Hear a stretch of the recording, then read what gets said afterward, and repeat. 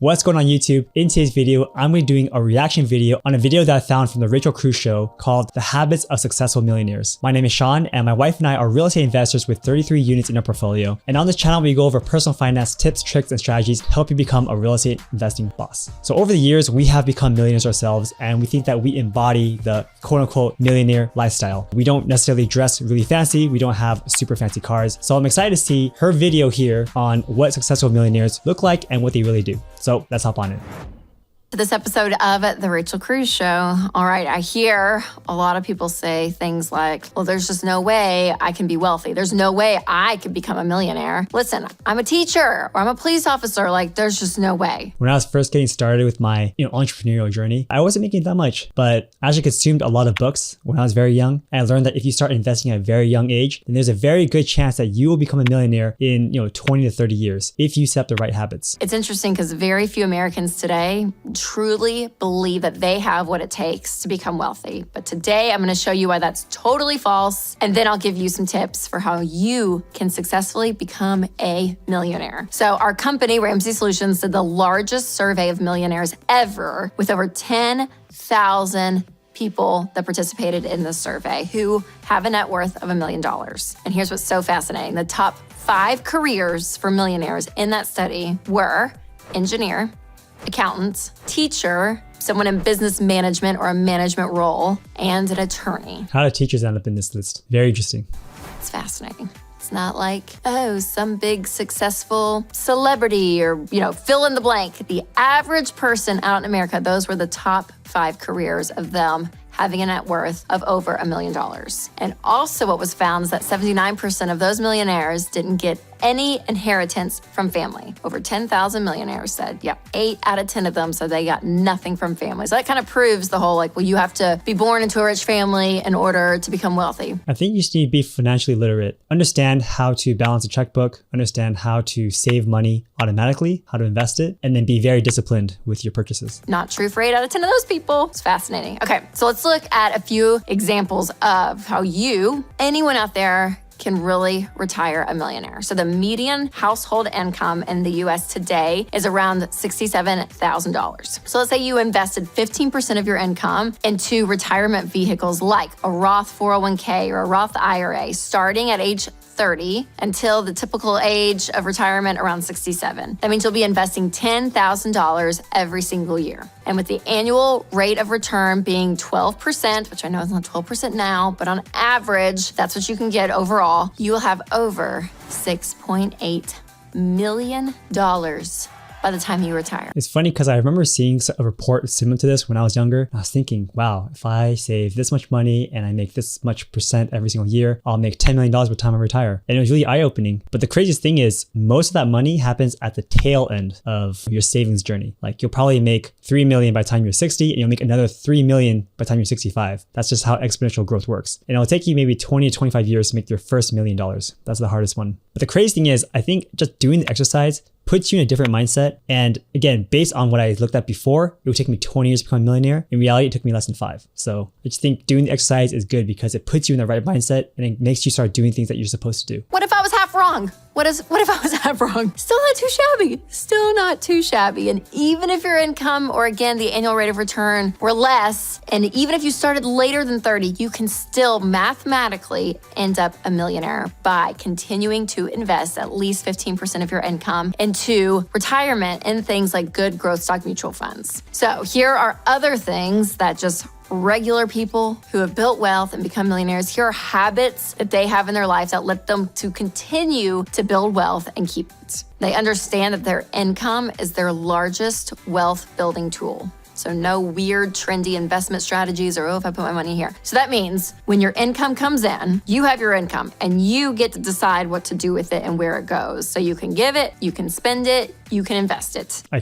kind of disagree with this one just because from our portfolio, we can tell that it's not necessarily the income we get from our jobs or from different things that we sell. It's really the appreciation that we get from our assets. So we've bought stock a long time ago. It's been 10 years now. So those stocks have increased tremendously in value. We've purchased real estate estate. And when we bought the real estate, we bought it for 20% down and 80% leveraged. Well, when a property increases by 20%, we keep all those gains. And since I only put in 20% to begin with, then that 20% gain is actually a 100% gain on the money that I put in. So like in reality, I guess I kind of get what she's saying, where she's thinking that most of the people increase their net worth based on their income and their savings. I don't really agree with this one. I think it is from the appreciation of your assets from holding long term. And you actually have money to invest versus when you're living paycheck to paycheck and your income comes in and it's going back out in bills, whether it's car payments, student loan, credit cards, all of that, then you don't have as much money left over to go and say, hey, I want to invest or I want to give or I want to spend. So when you look at your income as the thing that's going to help you build wealth, when your income comes in, you get to decide what to do with it. That's when everything changes. And that's not like an emotional values statement that I'm going to just give you an opinion. Like that's math. When you have more money from your paycheck that you get to decide what to do with it, over time, if you put it in things that your money grows in, you're going to grow your money. I guess what she's saying is don't look at, trendy investments like NFTs or crazy crypto plays to boost your wealth by 1,000 times. Don't rely on gambling, right? Don't rely on lottery tickets. You have to have that fundamental discipline to save a portion of the income you get so that you can start investing in these long-term assets. You're going to build wealth. Also, they make and stick to a monthly budget. There's this idea that, okay, I work too hard to look at every single penny, or I just want to enjoy my life. Listen, being on a budget, it doesn't mean that you can't enjoy your life. Being on a budget just means that you have a plan and you know what's happening. So these people that have built wealth over time, it didn't just accidentally happen. They know when they're very, very aware of where their money's going. There is intention behind it. It's really important. When we were first getting started, this was definitely the case. I would have a budget for food, for rent, etc. As years have gone by, as we've increased our income and net worth, this is not like that important, because like at the end of the day, a lot of these things just become kind of like rounding errors for us. It's more so that we don't spend on super luxurious items and we only spend on things that really make us happy. For example, like I drive a Corolla. I think it's an amazing car. It does just great. Versus someone else who may not be in as secure of a financial position as we are. They might be buying like a super high-end nice car, or they might be going out and spending a lot of their money on on drinks or going out or like on bottle service. For me, these are things that are not interesting. I don't like jewelry. I don't like nice clothes. I don't really like nice cars. So we save a lot on these big ticket items, but on the smaller stuff, we really don't care as much. Also, they have long-term vision for investing. This is definitely true. We definitely have a long-term goal. We do kind of chart out what we want to be and what we want to do. So this is true. You need to have a long-term vision. They are patient. They know it's long-term. They're not freaking out like right now what the market's doing. Sure, it's crazy, right? It's and it's kind of gone down some and all of this, right? But when you're investing for the long term, okay, so it's going to do this maybe for a year or two, but I'm not worried about right now. I'm looking way ahead. And that means that when the market is down like it is right now, you buy. I'm looking out there in the future. When that's your mindset, you don't make fear-based decisions. Also, they live below their means. Yeah, it's definitely true. Like we could afford a super nice mansion right now, but we don't. I don't even like a mansion. I like having a nice house like this. Our national study of millionaires found that 94% of millionaires live on less than they make. And you're probably thinking, well, of course they do. They're millionaires. They're able to. They had that habit. That's what allowed them to become millionaires. But then you watch Wolf of Wall Street and he's like throwing $50,000 off a yacht. Not everyone lives below their means. When you live above your means and you spend more than what you make, you don't have the margin to go and invest. But when you live below your means and you're able to save and invest, that is how they and you can build wealth. Also, they do not take money out of their 401k until it's time to retire. That's true. I haven't touched my 401k at all. I have multiple 401ks that I've built up over the years from the different employers that I've had. And whenever you move, just consolidate it, put it all into one place. This is a big one. Do not take a loan out on your 401k. Don't cash out before. Don't think, I should, cash this out to pay off my debt even, or fill in the blank. No, you don't touch it. You don't touch it until you get to the age of retirement. Some people, though, have taken a loan out of their 401k to buy their primary residence. Do that whole house hacking strategy where you buy a house and you rent out the rooms. By doing that, you can increase your net worth. And the only downside is you have to pay your 401k back. If you need to, I think you can go ahead and do it. But again, don't take out a loan from your 401k to pay off your other debts. Just don't do it. Also, they stay away from get-rich-quick schemes. There's going to be things constantly, you guys, that you're going to hear of, if you just do this and do this,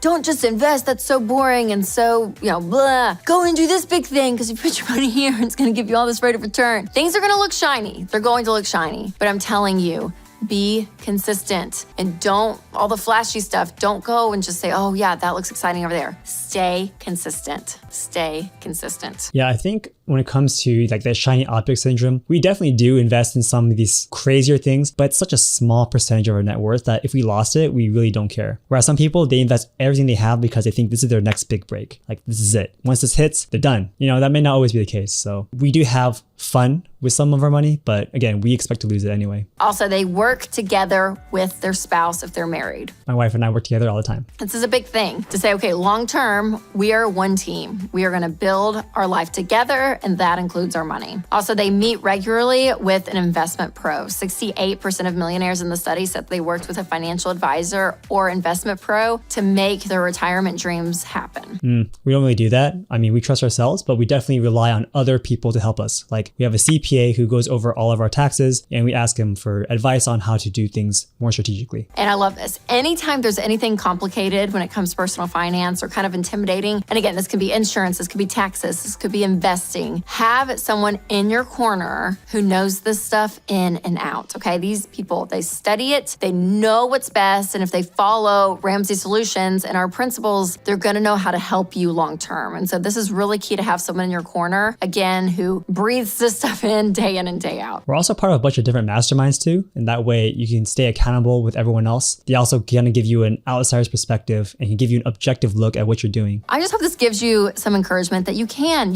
retire a millionaire by being intentional. You don't have to win the lottery or anything like that. Anyone can become a millionaire, including you. It's gonna take time. It's not gonna happen overnight. It's steady, steady, steady. But the more consistent you are, you guys, again, mathematically, it pans out for you. And so that's why I'm so huge on the baby steps and getting you, wanting you to be out of debt and having a fully funded emergency fund. So that way you can invest 15% of your income into retirement. So this was a very interesting video, and I felt like a lot of her tips were on the money, especially if you want to be a successful millionaire yourself. And let me know your thought on what was her most successful tip down in the comment section below. And if you're interested in hearing what experts have to say about the coming market crash, then be sure to check out this video over here where I reacted to Michael Burry's prediction of where the stock market will go. Thanks for watching, guys. I'll see you next time. Take care.